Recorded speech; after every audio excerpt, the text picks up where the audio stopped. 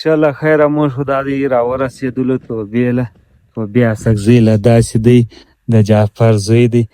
نو دوی دلې دغه زردالو څه دي د دغه باغونه دلې نیولي دي هی ټیپ درکړم خالي زردالو مې نیولي که بل شی هم دی زردالو هم دي الچې سته دلې الچې دلته نشته بل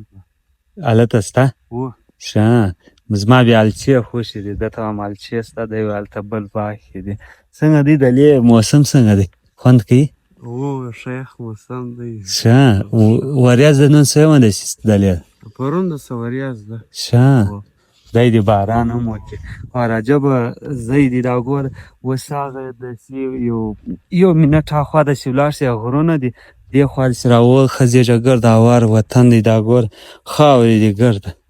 ډبره به دلې په دې ځای کې نه ویندي یو منټ هاخوا ته چې ورشې ګرده ډبرین او غرونه دا ډېر ښایسته ناوله د وطن دی توبه سکزي نو ما نه و لیدلی اوس مې دا د ویله او دلې کله چې واوره وشي بیا 2 میاشتې 3 میاشتې لارې بندې خلک تللی هم نشي هغه ځکه چې یو لارې نشته بیا دا رقسم کچه لارې دي خاورې ډېره زیاته او دلې واوره دا زموږ په سیمه ده پښتني سیمه کې اکثره واورې چې هغه دلې کېږي دا دې اوس جعفره دوی له د سالن دیګ سیسټم دغه کړی سالن دا مو له راوړ نو دوی به خپله ډوډۍ ځي واخلي یو به چې وبې نور له یې بیا هلته وړم ښه انو هلته بیا نور ملګري لګیا دي د جعفر د هلته ورځو د اګزګي څخه به زردالو راخلي بس بیا د کمپنۍ نه وړي پردی دي زه په توبه د اوسې مرغۍ ځان اوس د اوسې کې څنګه ډېرې دي مرغۍ خو بیا سره په توبه ډېرې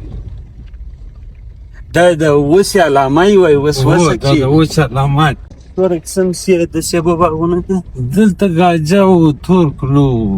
دروتی دا 3-4 څخه دا اوبو جوړ کړی دي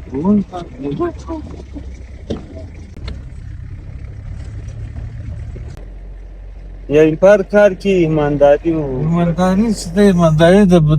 زندګۍ هغه اول بنیاد چې دی هغه ایمانداري ده بېماني ګټه نه کوي بېماني که اوس که د ولس په کار کې که د یو علاقې او د وطن په راج کې که د یو چا مابین از د وارې ایمانداري چې ده هغه د هرې مسلې حل بېماني چې ده بېماني کوه بس د دنیا که ته څه هر څونه ایمانداري ځان ته خلک ته ځان ایماندار ښکاره کړي خو ته بېمانه یې ته به ناکامه یې ته کامیابه نه راځې په دنیا کې درواغ مه وایه هېڅکله ناکامه نه راځي درواغجن سړی لکه د خدای چې نه دی خوښ د هغه رقم بیا په رزق په روزي کې برکت نه وي د هغه رقم بیا په خوله کې خوند نه وي هېڅ خوند به نه وي ښه اوس دا دی د خیره دلته د جعفر چې کوم باغ یا خسي دی د زردالو ده هغه له دا دی راورسېده سړی مسې جوړ په خیر دی څه کېږي جعفر ښه دی زوی دی توبه دغه رنګ لري نو دا سیب تسبیح ورته کې واخ ماشاءالله دا سبزي توبه دی دا سیب رنګ وستا په بل ځای یا